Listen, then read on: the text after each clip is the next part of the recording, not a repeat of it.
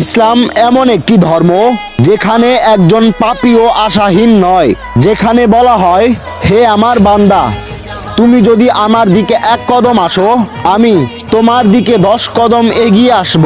আল্লাহর রহমত এত বিশাল যে মায়ের মমতাও তার সামনে ক্ষুদ্র। এমন মা যেমন সন্তানের কাঁদা সহ্য করতে পারে না, সেখানে আল্লাহ তার বান্দার কান্না আরো বেশি ভালোবাসেন। ইসলাম মানুষকে ভয় দেখিয়ে নয়, ভালোবাসা দিয়ে আল্লাহর কাছে ডাকে। নবী মুহাম্মদ সাল্লাল্লাহু আলাইহি ওয়াসাল্লাম তিনি শুধু একজন নবী নন, তিনি মানবতার সর্বোচ্চ উদাহরণ। যাকে পাথর মারা হয়েছে, তাকে অপমান করা হয়েছে, তাকে শহর থেকে বের করে দেওয়া হয়েছে, তারপরেও সেই মানুষটি আবার ফিরে এসে বলেছিলেন, আল্লাহ এদের ক্ষমা করে দাও, এরা জানে না। এটাই ইসলাম। ইসলাম মানে প্রতিশোধ নয়, ক্ষমা। ইসলাম মানে ঘৃণা নয়, দয়া। লাইক, কমেন্ট, সাবস্ক্রাইব করুন।